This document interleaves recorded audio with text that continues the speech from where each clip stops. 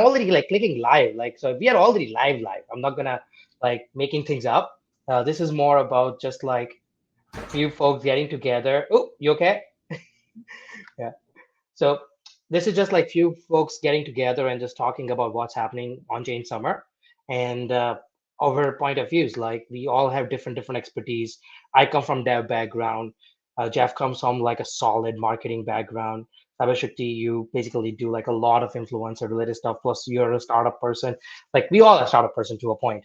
But like point is like you have strong opinions. When we met first time in Farcon, I'm like, you know what? I would love to have a spicy conversation around these things. So point is there are lots of fun things that can go and have this. There is no real agenda other than like few topics that we have discussed around this. I would love to do this on a weekly basis. I have some folks who wants to join next week as well. So we'll continue. Any ideas you guys want to add on to that? If not, we can circle intros, everything around that. What do you guys think? Yeah, I like that. In fact, we can go over all the cool things and cool projects and like things that people are building for on-chain summer as well. So do like a on-chain summer hall, if you know what I mean, right? Go over like interesting frames and things that people are building. This is why you guys are better creative than I am. Like we couldn't come up with. We let's just call it Onjin Summer Talks. Yeah. It would probably, by the way, nice to meet you. Hi. Nice to meet you too. Nice to meet you. Yeah. I want to make Uh, an intro, but like right after. Go ahead. You make your yeah. point, Jeff. I think it'd be cool if we could kind of point people to where they can follow along and learn. So like as we're talking about on Chain Summer, where should people be going to like look at what's going on? Like where are we getting our information from? Great Yes. point. Like where are you getting curated from, right? Like where Yeah. are we learning? Okay, I'll just say that out loud. Like I'm following On-Chain Summer channel. That's the biggest one on Wardcast. And one of my friend slash client slash fellow forecaster named Joel does something called Caster Bites, which is like a daily newsletter. And I get a lot of good updates from there, actually. Oh, cool. Perks was featured earlier as well and on the same ones, but those two are places that I look at. But I think in the show notes we should probably put that down as well, which I will, which Jojo will make sure. Cool. Awesome. All right, then intro time. Jeff, you wanna go first, then Sabashakti, and then I'll go last. Yeah. All right. Jeff Kaufman, founder of Jump, as well as Parachute. Jump is, my background is marketing and taking brands and doing cool stuff on the internet is really the sweet spot of where I live. And Jump is a community for marketers who care about Web3 and building brands using this new tech and these new ways to tell stories and bring brands to life. So, yeah, that's me. Ready to get going. I also have my new Parachute logo denim hat, So, with wow. my Okay. parachute background. So I'm really hitting all the angles here, trying to Do, get do there. you have? Did you launch it at Hello. Austin, by the way? No, I didn't get the hats in time for Austin. So Oh, no, sucks. yeah. Oh man, you could have good distributed. Sabashakti, did we lose you? I see her. I see her, but she seems to not have been hearing us. Yeah, I lost you guys for a second, but I think I'm back on. Yes, I think Yes. you are here. Perfect. On timing. Go ahead. You wanna give like a quick intro? Sure. My name is Cyber Shakti on Webcast and pretty much everywhere else, standard branding. So I'm a founder in this space. I've founded Poster.fun. It's a UGC engine where users can create memes with tokenized assets, community contributed assets, AI, etc., and then publish these creations to Farcaster as collectible frames.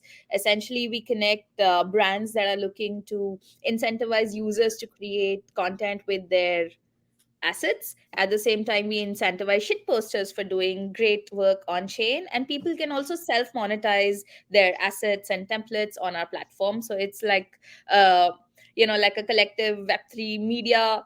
Uh, what do you say, a media room where people can like create individually or collaboratively, and everybody gets incentivized. Amazing, amazing. I've known you since the Lens days, and it sounds fun when as if like Lens days are over, but like I know you were very, very, very active on Lens and joined Warpcast pretty much the same time when Frames came in and a lot of things around that. Go ahead, Jeff. Did you just say the lens days are over? No, I sounded like that, but I don't think so. Because that's what I heard. No, I personally believe that there is a lot of juice left in Lens, and there is particular one topic that I would like to start later today, which I think will boost We chances of Lens. Hey, But go Jojo, ahead. Jojo, get that clip of Chinmay saying the lens days are over and just loop it like My 100 times. my God, I like Lens guys, but okay, you know what? That will get them to like listen to this. That's okay. I think it's okay. I think that's what we're gonna do, right? Create spicy content. Oh yeah. Oh yeah. Awesome. So I'm gonna be your host, guys. My name is Chinmay Patel. I generally focus on the tech and marketing combined. Running a company called Percs these days. We are uh, a tool set for on-chain branding and marketing for everyone. The goal here is to, again, for this stream, is honestly just to have fun and chat about anything that is fun happening in the on-chain summer days. On-chain summer is probably just a reason to start, but I think this is gonna go longer. If you are all having fun, why not continue doing so? And where we go with it is, who knows? Just have fun. Let's create something amazing. Let's create something valuable. That's the goal.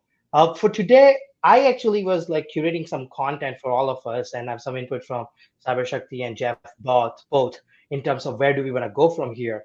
And I have three things on my list based on what I said. But please, whatever you think, please add even ad hoc or whatever you came across last few hours, and feel free to add it. One, I would love to talk about smart contract wallet. Uh, Two, I would love to talk about Nook as a Farcaster client that is sunsetting. And I would love to talk about Ham Chain, which is an interesting development in this space. Are we seeing a trend or is there something else? Which I did not know it was a chain until Cybershakti mentioned like yesterday. So something's very, very, very interesting happening. Uh, any other topics you guys want me to add and bring it in?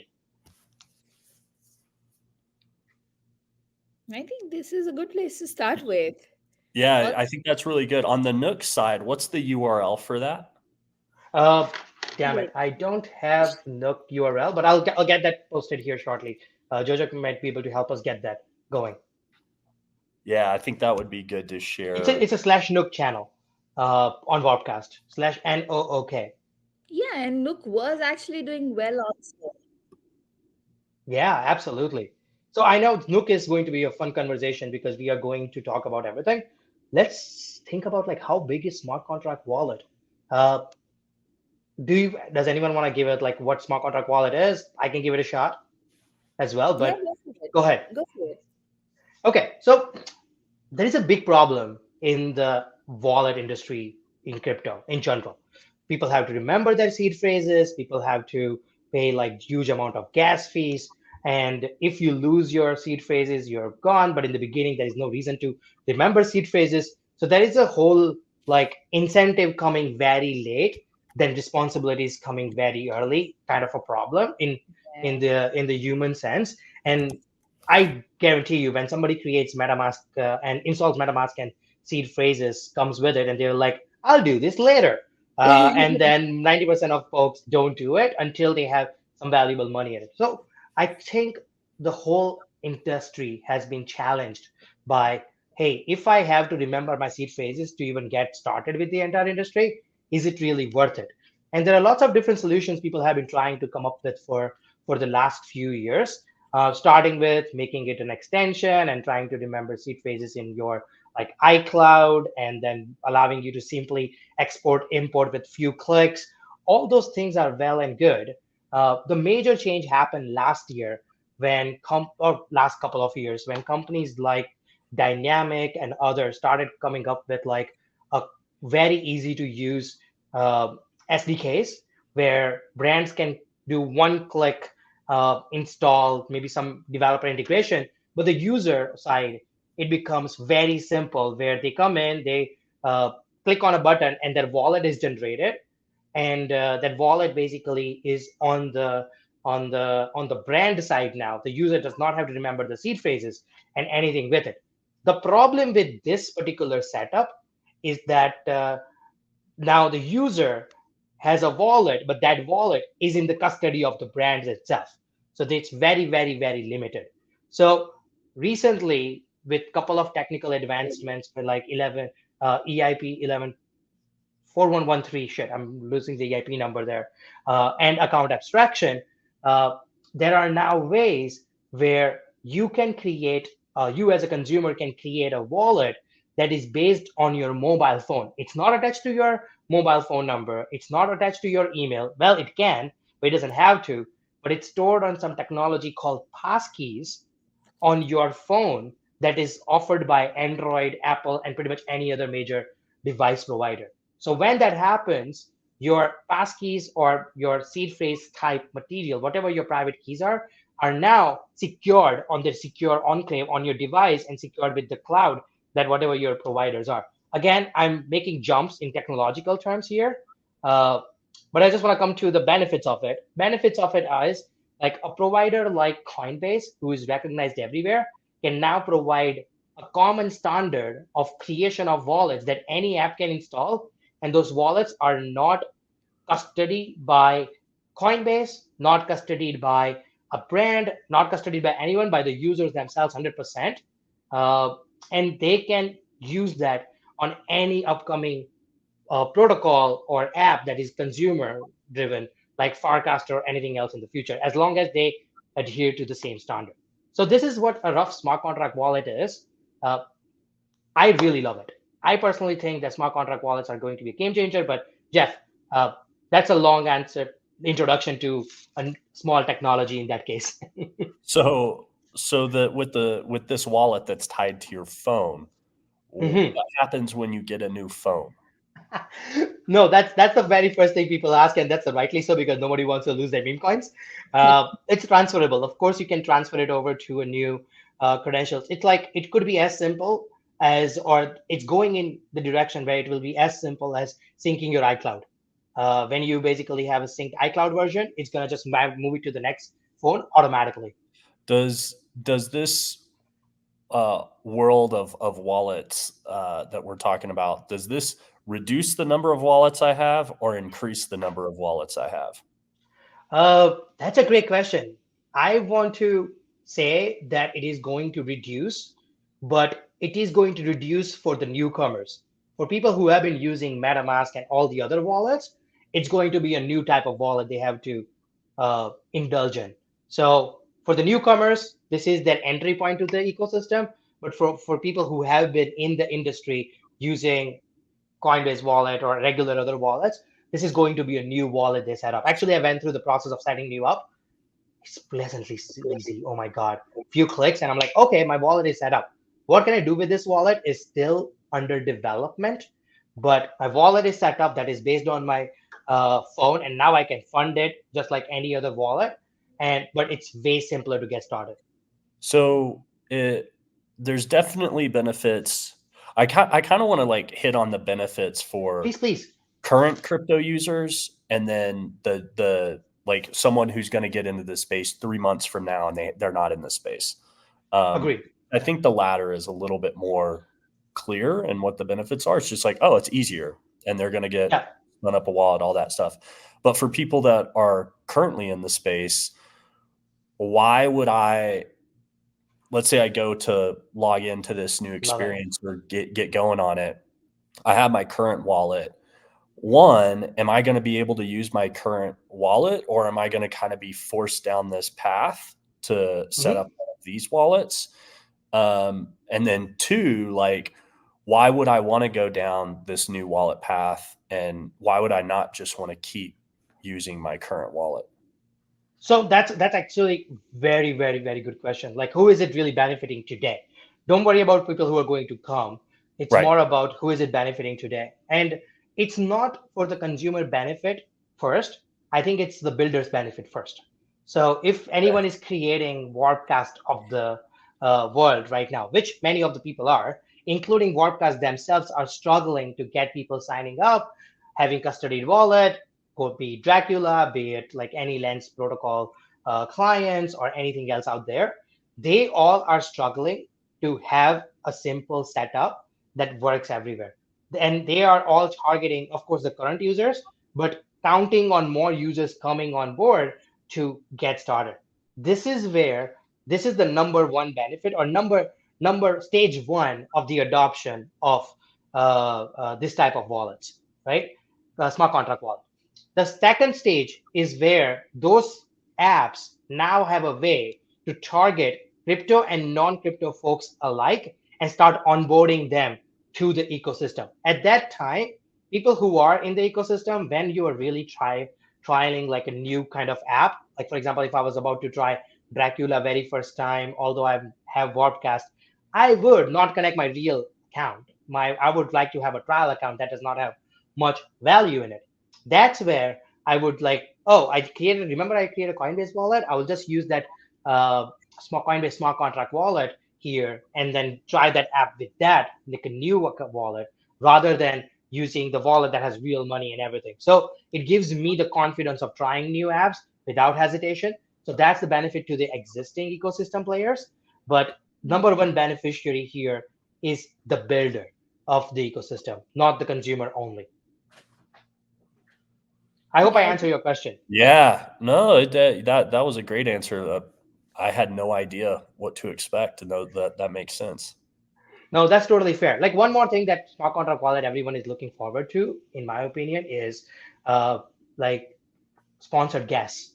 So if somebody creates a new account and if they don't have any way to make on-chain transaction, smart contract wallets allows the brands to sponsor uh, unlimited first 10, first five, doesn't matter, uh, of transactions on those chains by for those consumers so that they can just onboard the users, get their uh, get their usage going, and after certain usage they can start charging. So kind of creating a freemium model for consumer apps, which is I think Yeah. pretty important to get started. Like I want to mint, like this is a real problem with me. I've been in crypto for like 9 years, 8, 9 years now. And when I came to like start using Warpcast and Lens and all those protocols, and I'm like, oh my God, now I need to have some Polygon ETH or Base ETH on my wallet that I've connected with on-chain social like Lens and Warpcast in order to mint with Zora. And I'm like, what? I don't like now I have to buy more. And like if I buy more, then I have to put accounting problems. And if I transfer over, then I have to pay transfer gas fees and all those like problems go away completely if you just have a smart contract wallet that has a sponsored gas fees. So this is like one of those inflection points, in my opinion, which will allow uh, uh, consumer apps to create an extremely easy onboarding setup. Yeah, I mean, that's huge. That's huge. There's a lot that I don't try out because it's like Real that, money.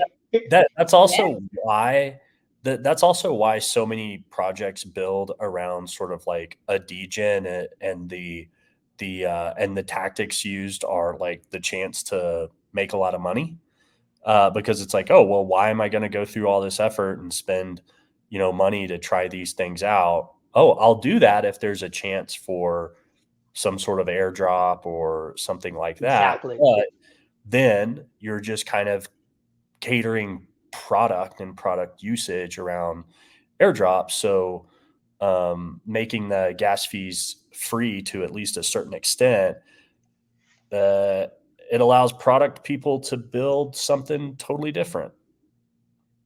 I completely agree. So I personally think it's gonna be a game changer because like just to give background, I've literally built wallets for some of the top 10 networks in the past, and it's not hard to build wallets, but it's extremely hard to get adoption. This can really change the game from scratch. But I can stop talking about it, of course. Anything else you want to like ask or add here, Cyber Shakti? So definitely, like, we are looking at integrating the smart wallets in Poster as well, because ultimately the Perfect. idea is to reduce onboarding friction. So, like, we're all for testing this out and seeing how it goes. Okay, And so maybe one of your developers can try it out, and in next episode you can tell us how it went, and we can probably like learn from you. Maybe I have theoretical understanding of this new type of wallet. I've never implemented or used it other than as a consumer, but as a developer integration, I want to know: is it a 1 minute integration, or it's never 1 minute, but is it a 1 hour integration, or is it like 1 week, or is it a 1 month integration? That yeah. kind of creates like a win or lose and maybe some other apps that we can bring in. Yeah, absolutely. I mean, so far I've heard great reviews from other developers, but I'll tell you from first-hand experience the next time. That will be amazing. Okay, Yeah. so I'm starting new chapter in the next topic, and I would love to get your guys' opinion here, which is Nook, one of the most prominent Farcaster client, is sunsetting. Founder Karthik, one of the co-founder actually, co-founder Karthik put a message out 2 days ago where he was saying that it is doable or it's unscalable. It's hard to create a scalable business in the Farcaster ecosystem as a client. So after running the experiment for 3 to 4 months, uh, they are sunsetting it, and they are particularly saying that they are now looking for outside of Farcaster opportunity. And I would love to get your opinion on what do you think about it? What are your theories? Uh, and maybe we can get Karthik on this call next, and then probably get some questions from him, answers from him. So Mm. I went to nook.social and saw that it's a 404 error page. So that makes Already? Yeah. already. Yeah. Yeah. Yeah. Interesting. You know, Um, like I was going down the rabbit hole and reading all the comments actually, and people actually asked Shlok if he's setting Sun, can people get access to code base? So they said we're going to make it open sourced, and they're trying to share as much knowledge as possible with people in that sense. But there's I mean, it came as quite a shock because you had like Supercast and Nook that were like our alternatives to go to when Webcast was down, and it goes down like Well, pretty much like three frequently. times a day. yeah. Yes. So here, if I were an awesome product builder, and I wish I was, but here's how I would think about Farcaster is Farcaster needs to be a part of your strategy, not your strategy.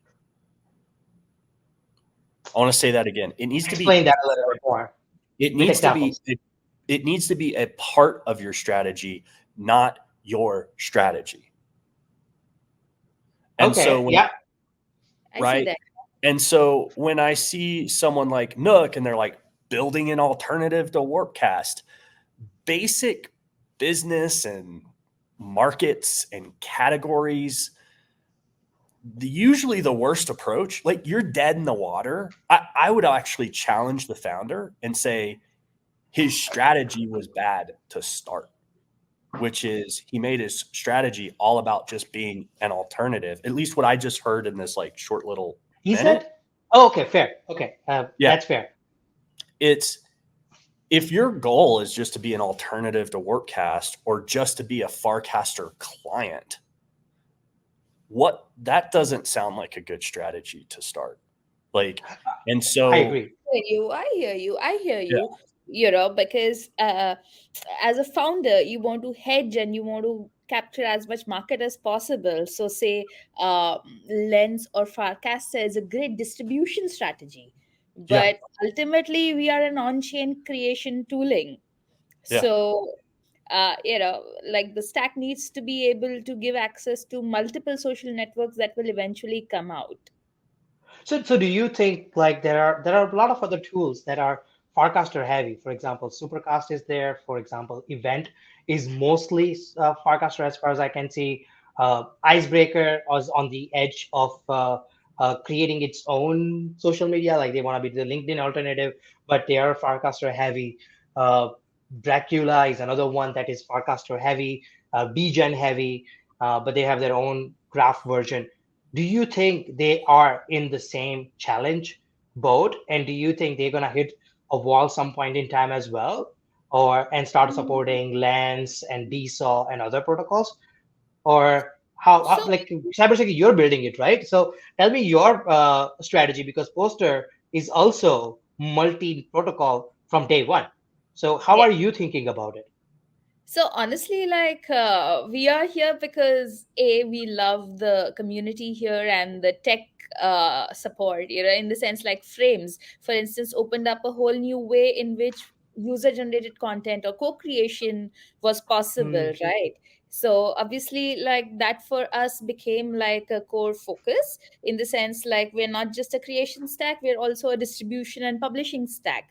At the same time, we also have options for people to mint or have our own mint pages. So essentially we're using Farcaster as a distribution strategy, but at the same time we do have Solana support, for instance, so people can actually mint compressed NFTs directly from our tool. So like we are really? yeah. So we are like So you have Solana support. I want to pull that thread a little bit afterwards. Please continue though.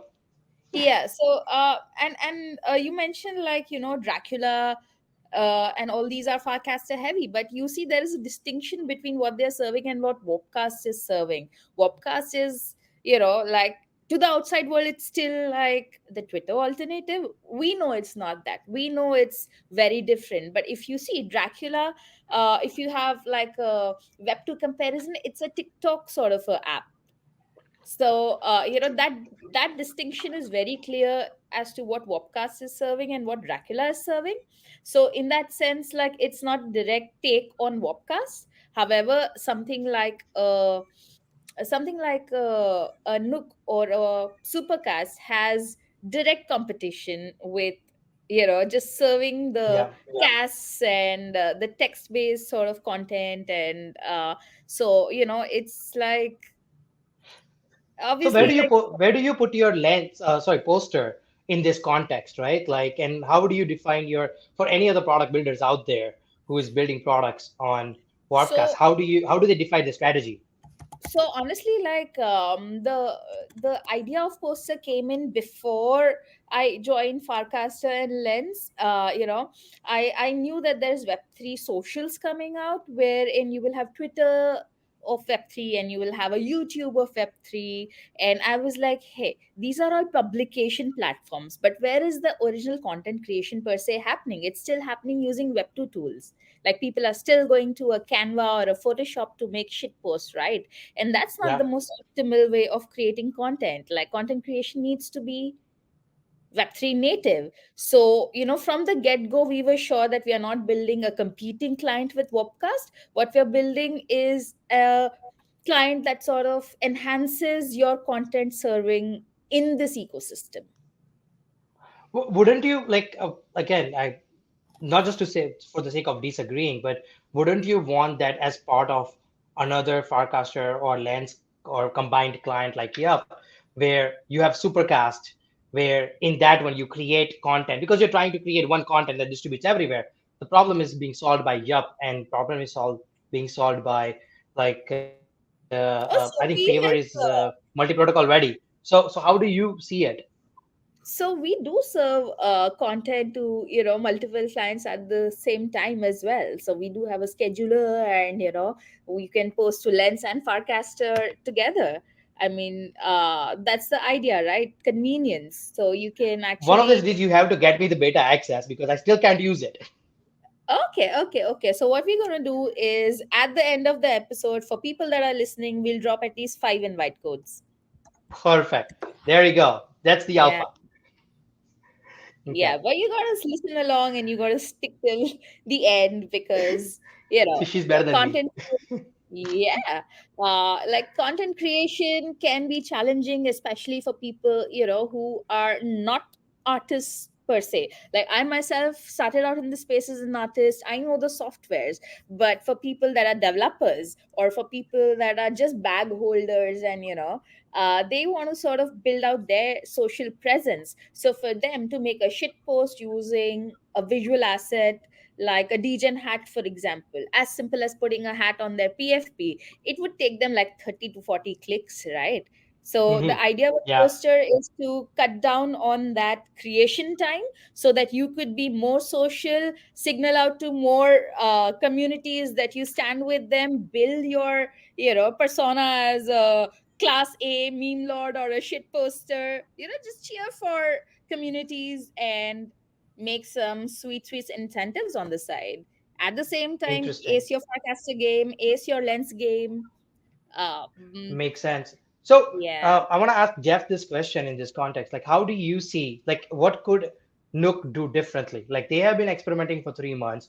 If they're experimenting for 3 months, you have to focus on one community, like blitzscaling strategies, right? You start with one, then you expand further. What would you have done differently? Well, I never played around with Nook, so that's Fair enough. Like, that's or if you were starting a new client, right? Like, what would be your strategy? Because developer resources are limited.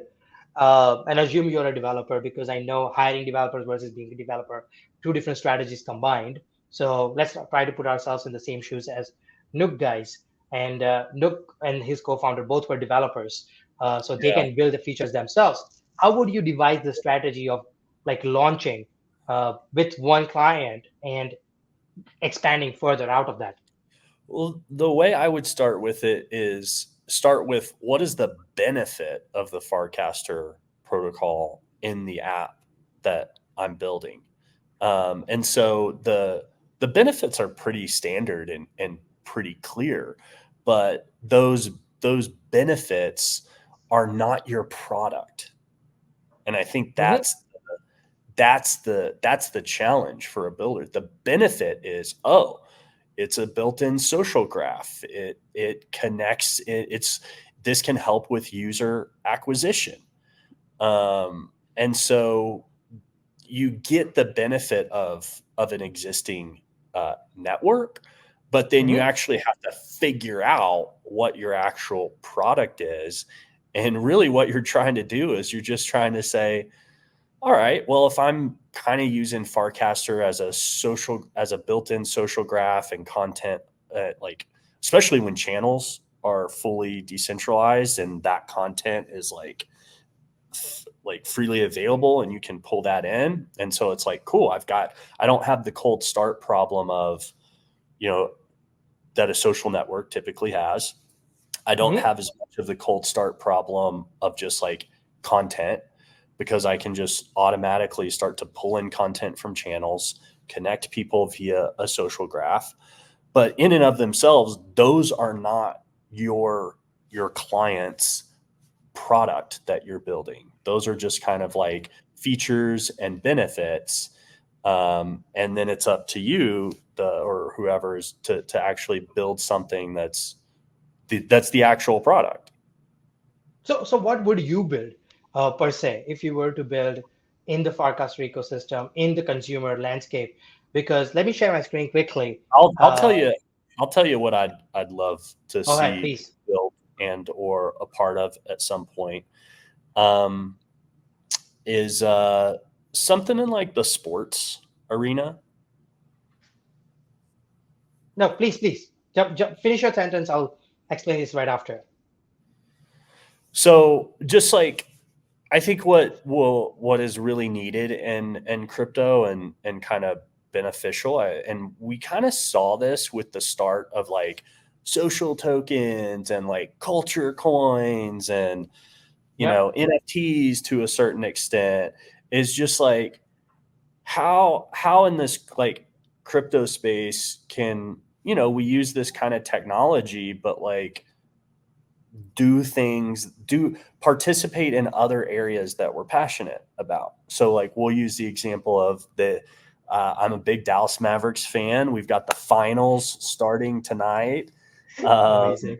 Yeah, so go Mavs, like Congratulations. game one. If you're a Boston fan, you're going to be in for a world of hurt tonight. I'm sorry. You're looking for Best hate on broadcast. I see it. best backcourt in NBA history with the Mavs. We all know it. So like I as someone who I love crypto, I love all this Web3 stuff. But if I could, even as someone who's deep in the space, if I could start to connect to other passions in my life, that would be huge. And so I do think that Farcaster is creating the early stages and the early seedlings of of creating a way for new clients, new apps to be built that connect with people's passions. Hmm. Uh, and so for example, if you have a channel that's called Dallas Mavericks, and it's all about the Mavs basketball. And that channel is in Farcaster's hub, and anybody can kind of pull it in. And then you've got the benefit of kind of the social graph. Those are two really nice features of content and users, for getting some sort of client going, where you're connecting people who have a like-minded passion and interest. But that's not the product itself. Those are just kind of features, things that get you That's an past angle. kind of the cold start problem. So like, what is the actual product and what is the actual business of this client? I don't really have an idea for what that is, but I do know, that the things that where my head goes is like, okay, how can we start to build things that connect to people's passions other than crypto? Because when we're on Warpcast right now, really what connects everybody is we're all passionate about Web3 and crypto, and that's why we're there. So It's you the would best. create like a, so you would create a channel, and then basically a channel when it grows out of like sort of numbers, then it becomes its own potential forecaster client that like leverages the open graph to create a passion related app. And that is proven model that if you can get certain passionate people to do something together, then there is successful business out there. Yeah, yeah, Okay, so totally. check this out, right? Like, so uh, first of all, I was sharing this, about to share other part where I was having conversation with Dan online, where it was all about uh, when I was concerning like, hey, clients are dying on Farcaster, they are getting much traction because of broadcast. How can they survive? And his answer was, uh, like without like, I'm trying to like sound a better way to say that, but he basically calls it, in my opinion, collateral damage. And he wants to focus on getting the ecosystem to 10 million active users, which is a perfect goal. And if he's like, if I can have 10 million active users, then there's a bigger pie for everyone, which is a perfect answer. But at the same time, he's also sharing some of the lessons regarding Nook, in this case, and how it would work out, and some data points. Okay, sorry, this is still a wrong one, but some of the data points that they are about to launch about how Nook and everything. So, in my opinion, I would love to understand how other clients can win. uh, Maybe there is a longer discussion we can play. And I hope, like I was messaging Karthik back and forth. He's on vacation next week, but the week after he comes back, we're going to have a one-on-one session, maybe during this session, or maybe a separate stream. We'll figure it out. But uh, we need to move to the next topic, which is regarding Hamchain, which I have zero idea and zero research done. Uh, you guys have used Ham more than I have because I've used only once.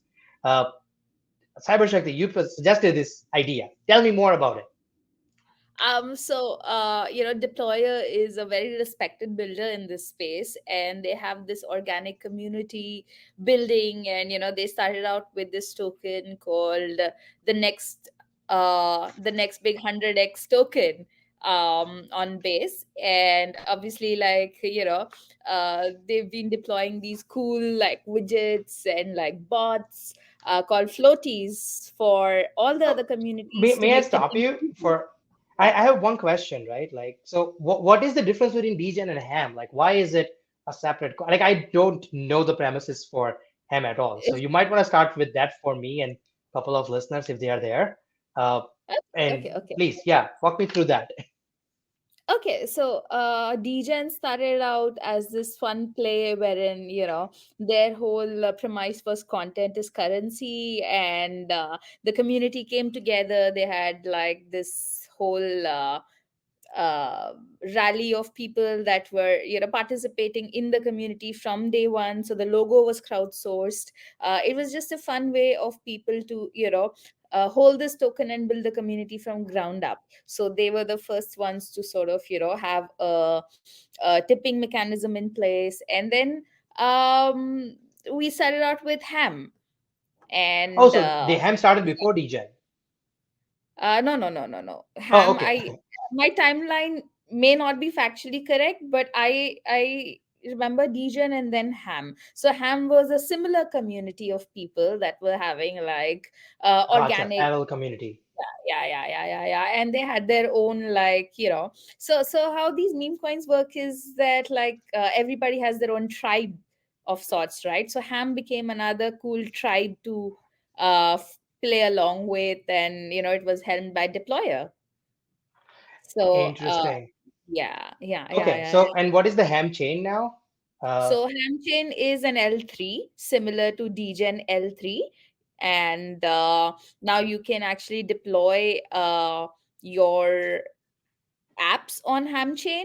They already have like multiple projects popping up on the Hamchain. Poster is one of them. So we were one of the first ones to also have Hamchain integration, and nice.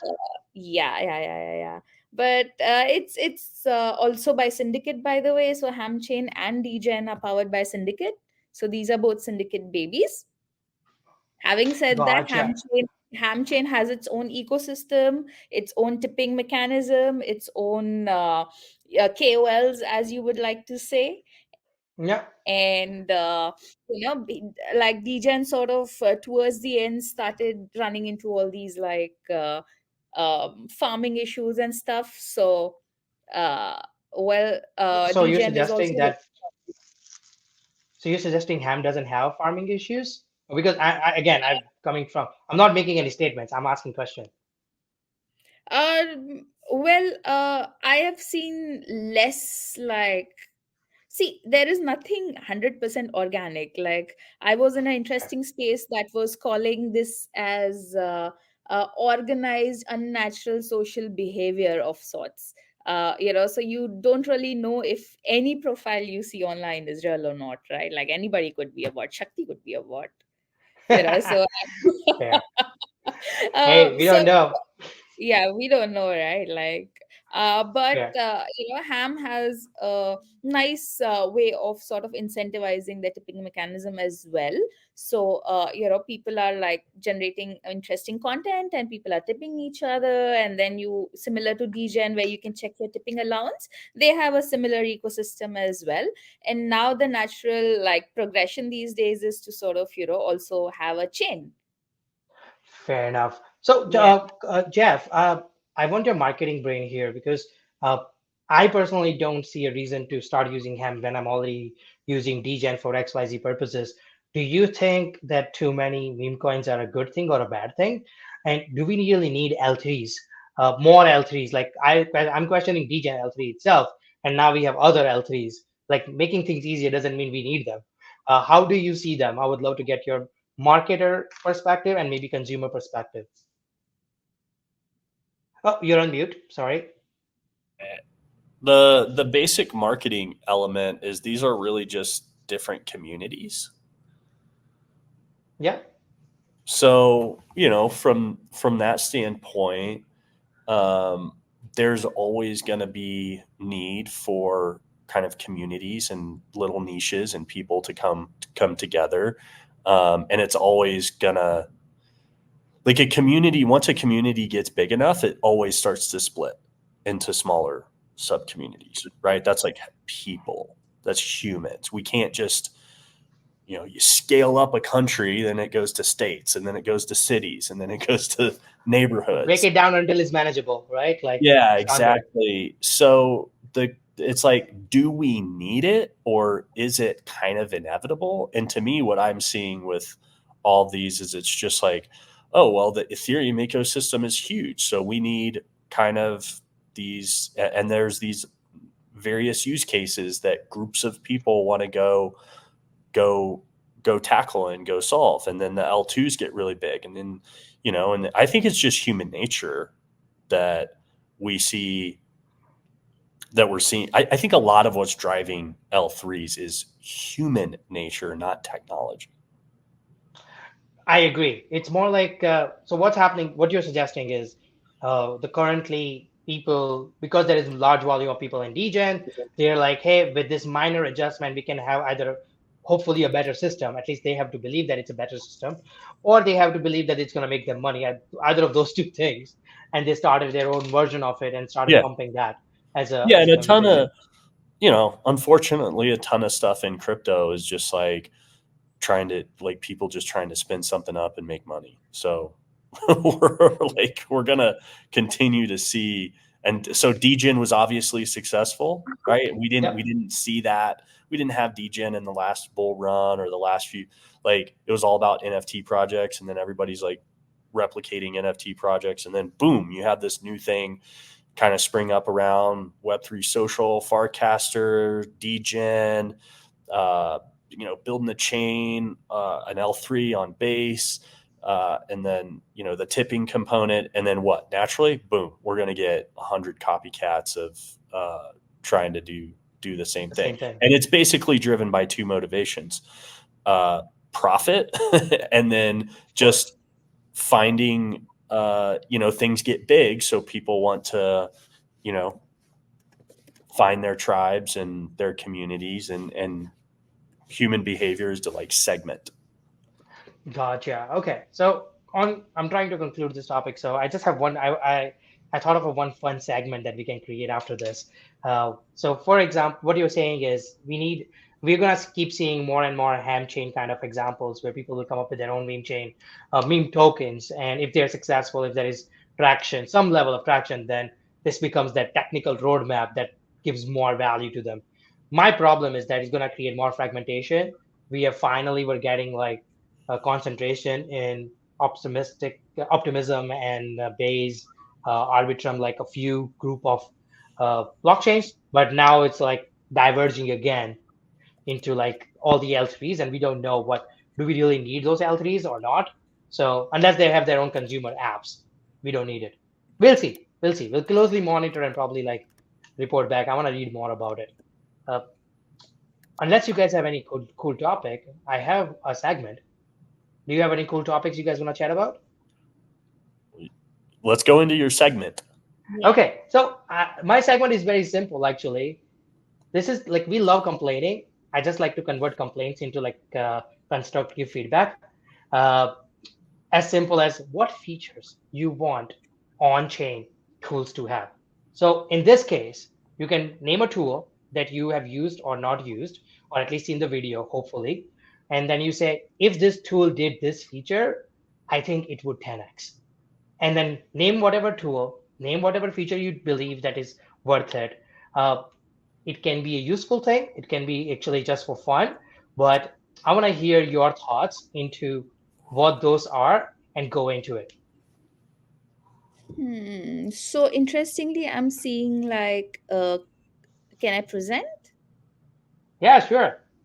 Yeah, so I'm seeing a cast by Dan right now. Okay, Where, do it. yeah, yeah. Um, Wait, I just replied to it. Oh, yeah, So it they're shows up now. saying that users, yeah, so users with priority mode turned on like priority mode, users without the power badge don't like priority mode, and want more visibility to users with priority mode turned on.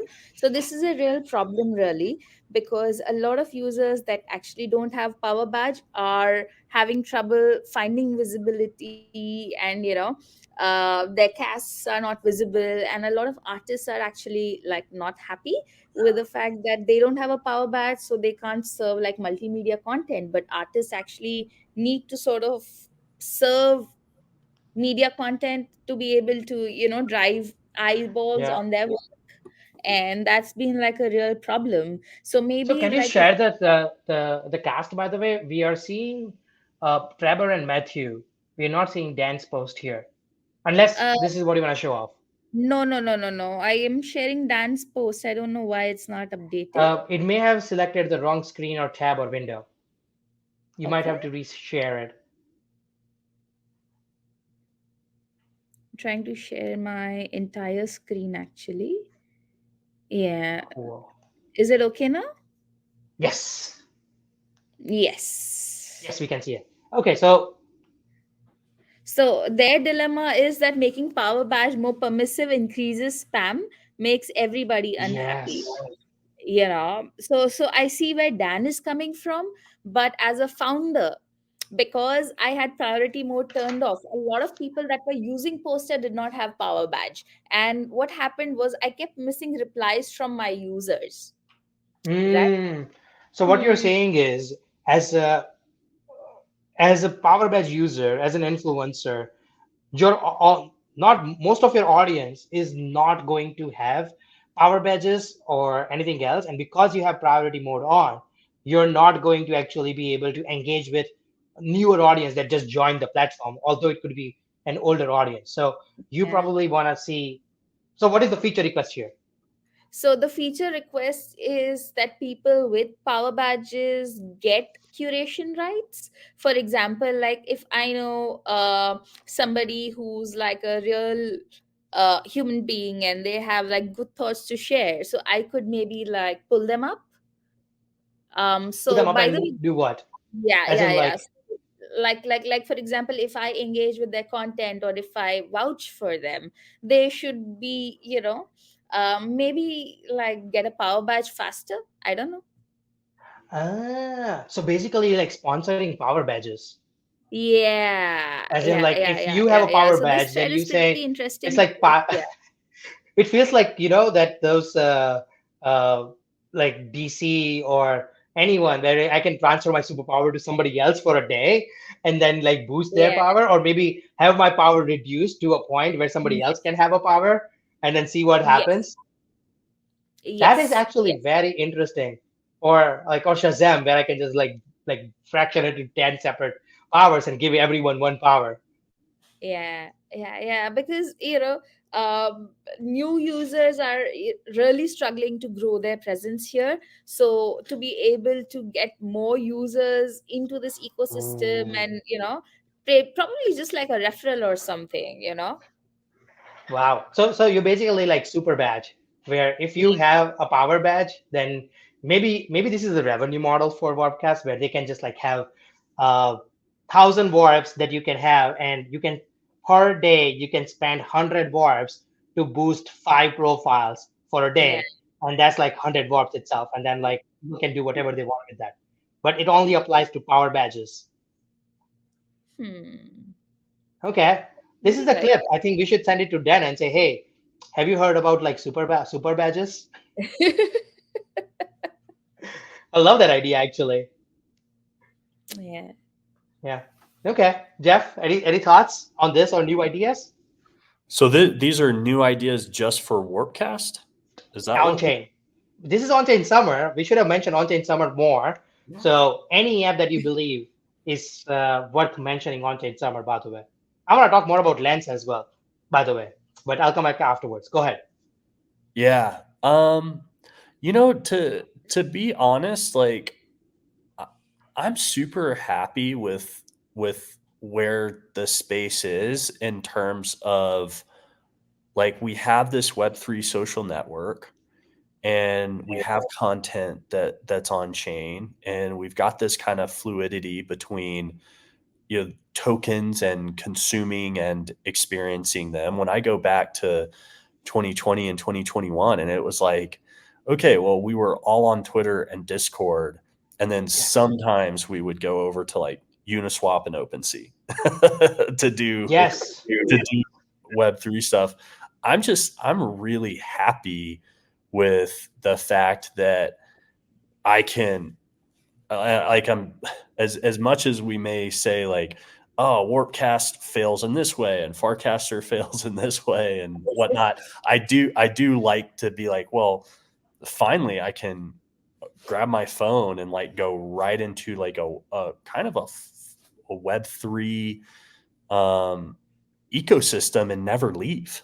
Like, That's a very interesting point of view. What you're that's saying is in 2021, like we only had like we were like 90% on centralized whatever yeah, whatever centralized stuff we are using, and 10% we would go and yeah, use Web3. yeah, Right now, it's the other way around. When 90% we are on Web3 and 10% we go to Twitter and start yeah, pulling people into like Web3, because I personally have spent like a bunch of warps. I don't want to say name because it's too much on bringing people to Warpcast and just yeah, like sending paid invites themselves.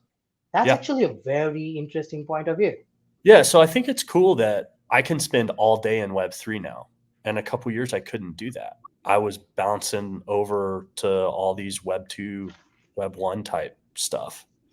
And so, in terms of like products and features, like I would say the products and features that I would request would be just like would be things that keep me in Web3. So Mm, where are the leaky holes?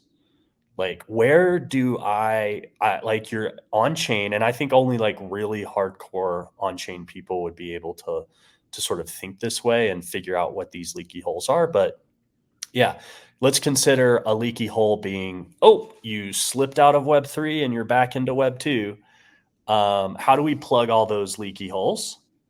So that, and all the products and features where you just love never the strategy.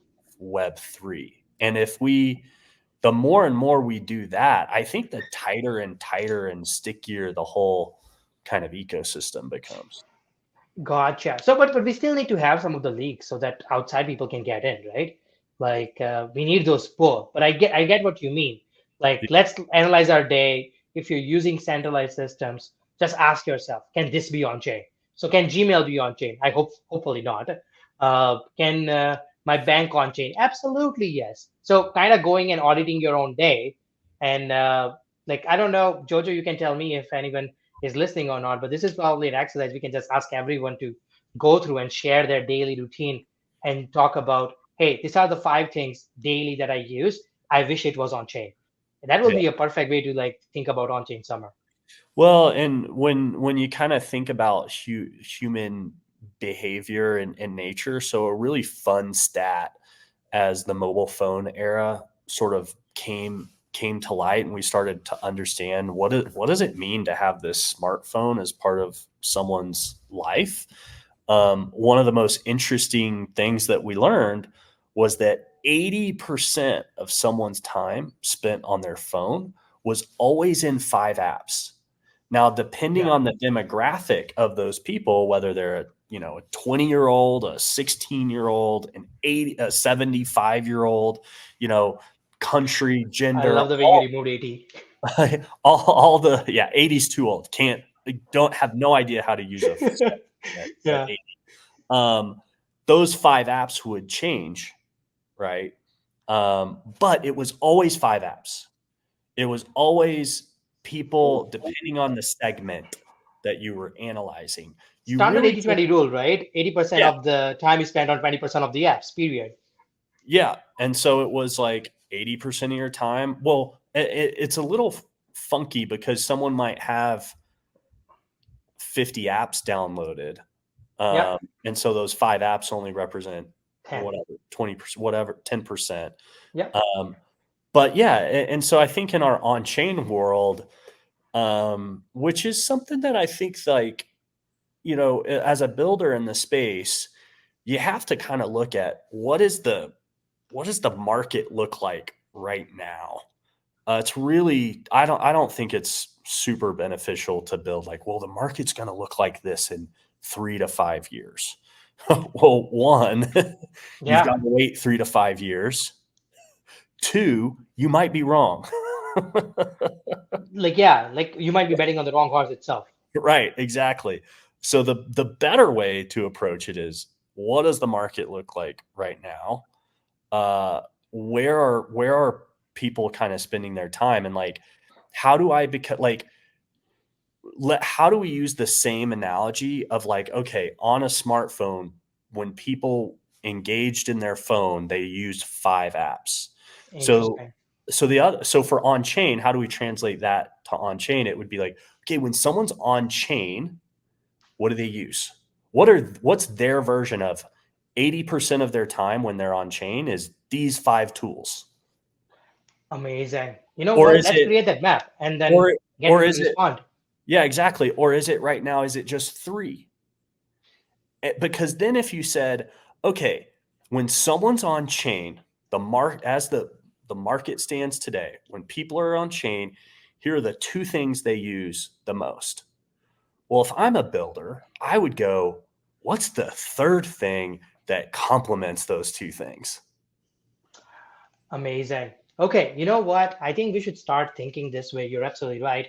Like, let's start thinking from the gaps that we have, or leaky buckets, as you called it, or leaky gaps, actually. Sorry, leaky gaps, you said, where we are not on chain, and let's get them on chain. Uh, we are coming to time, like, and again, this is not a time-bound expression, but I'm pretty sure you all have to go to do whatever you were doing before this. And I want to, of course, say thank you for that. Last thing, I just want frames to be on more and more surfaces.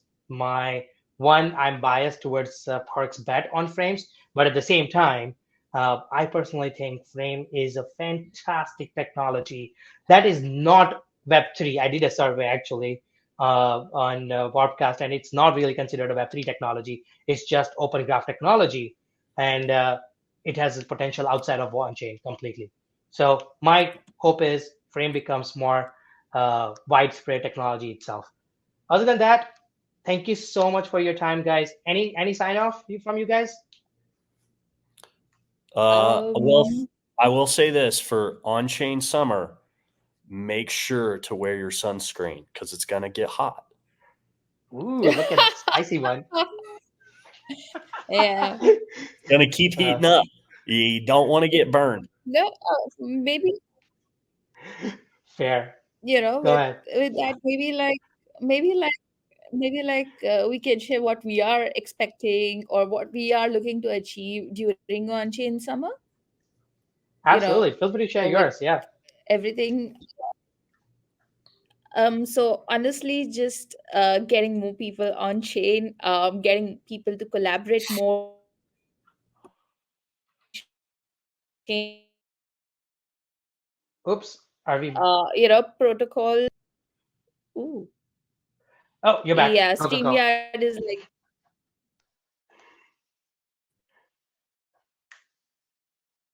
Oops.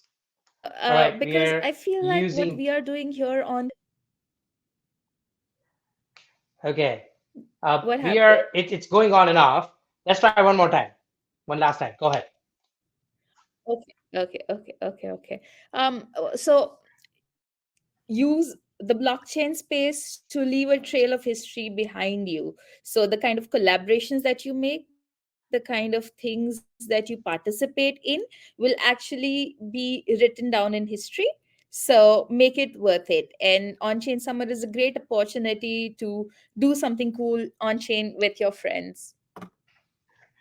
Amazing. No, that's perfect. I don't want to have a sign. I don't have a sign off, but honestly, I think we all should add a sun emoji in our profile names. I've started. I think that's the perfect way to represent on-chain summer, and I did it that on LinkedIn as well, and I'll start doing it everywhere else that's possible. So I think that's the best way to spread awareness of on-chain summer, and then we can see what we can do from there. But again, thank you so much for your time, guys. Really appreciate it, and we will connect next week same time. All right, take care. Bye bye.